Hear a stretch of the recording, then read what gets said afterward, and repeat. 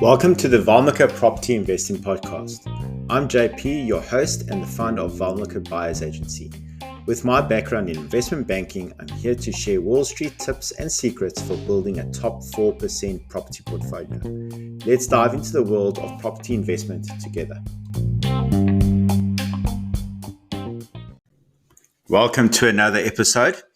Today's episode, called Riding the Wave, the Rise of Industrial Property in Australia, is a topic that many people have been asking me about. Industrial property globally and especially in Australia is booming. It's the favored asset class out of the commercial property space. I'm going to go into why that is the case. I'm going to take you through a few categories under this topic.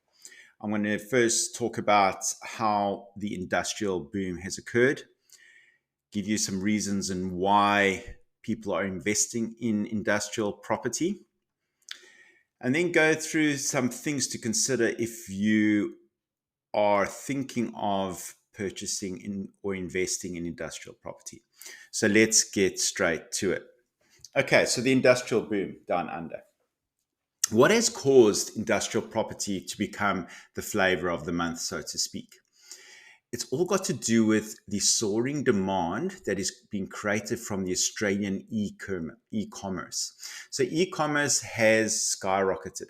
It's had double-digit year-over-year growth, and this has accelerated especially during the COVID years and has carried on since then. So online retail sales have reached a record of 61.3 billion Australian dollars in the 2022 to 2023 financial year. This translates into massive demand for warehousing and logistics space, hence the need for industrial properties. Then moving on to these warehouses. Vacancy rates for industrial properties in major cities like Sydney and Melbourne have plummeted to record lows. So this is basically it's actually less than 1% vacancy rate. This means that there is just no warehousing space in these capital cities. Hence, the need for rents to be pushed up because of this lack of space. So rental yields for industrial property have done really well. However, the demand for rental property has caused the cap rates to be low, but I'll explain that in the next topic. So why invest in industrial property? And it's got to do with the positive cash flow dynamics. Okay, let's look at the cap rates or the yields from industrial properties, specifically warehouses. In 2022, because of the demand for industrial property, the cap rates were actually pretty low. So the demand for industrial property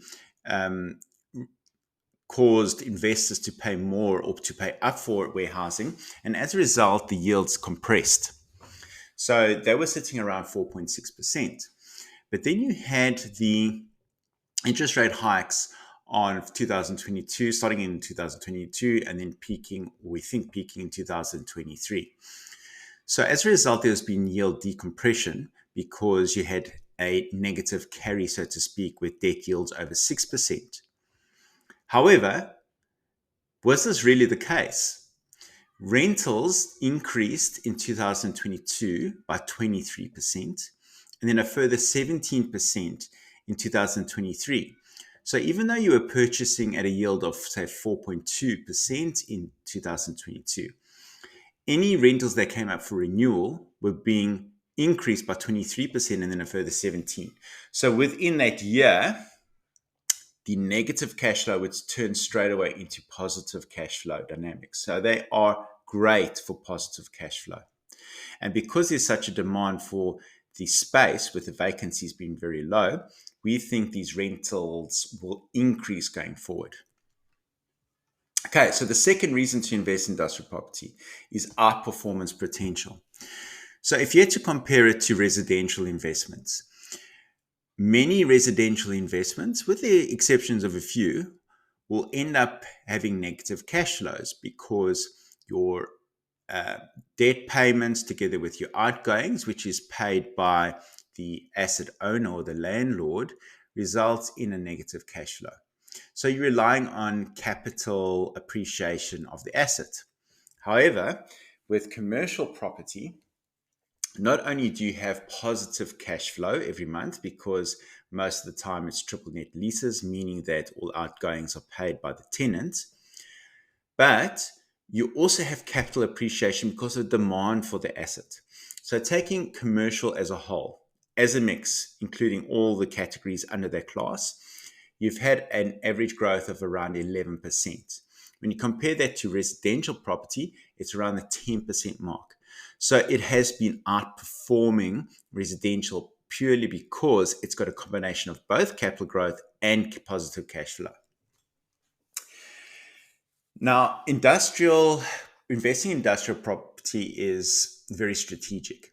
So you need to invest in industrial hubs near major transport routes or freight airports can benefit from long-term infrastructure projects boosting connectivity and demand. So industrial is very strategic. Now, if we have a look at an example. So I had a client who invested or purchased a warehouse near Merebank Intermodal Terminal in Sydney. This location offered excellent access to major highways and the upcoming Sydney Metro West. And this has driven his rental growth and capital appreciation significantly in his investment. Okay, so when you're if you're considering investing in industrial properties, these are the things to consider. Location is king. Like any property investment, location is crucial. Now, when it comes to industrials, factors to include are proximity to transport links, population centers, and established industrial areas. You must also understand the tenant's needs. So the modern industrial tenant requires specific features. So they're looking for properties with high clearance ceilings, for example, ample dock doors, and efficient layouts to cater for modern logistics requirements.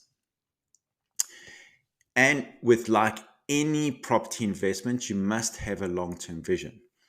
So industrial is no exception. Industrial property is a long-term investment. So you must consider factors like potential zoning changes, infrastructure development plans, and the overall trajectory of the local economy.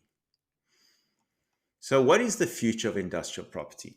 Have we had the significant boom and it's over? Well, I don't think so. And the reasons being is that I still see e-commerce expansion. More and more people, even though it's had this rapid growth, are purchasing online. So it shows no sign of slowing down.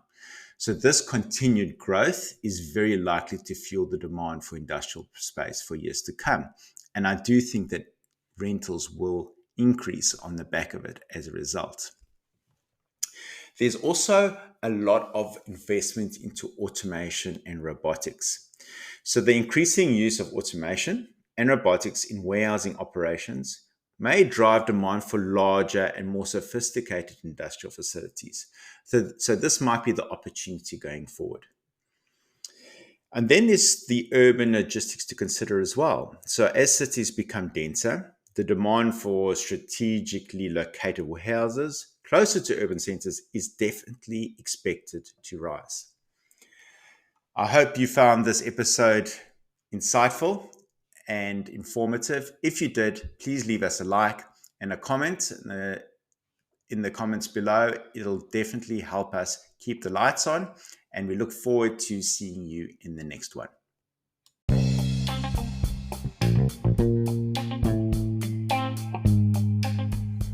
Thanks for tuning in to today's episode of the Valmika Property Investing Podcast. If you're interested in our services, please visit us at valmikaproperty.com. Remember, the content shared in this podcast is for entertainment purposes only. For personalized financial advice, always consult your trusted financial advisor or professional. See you in the next episode.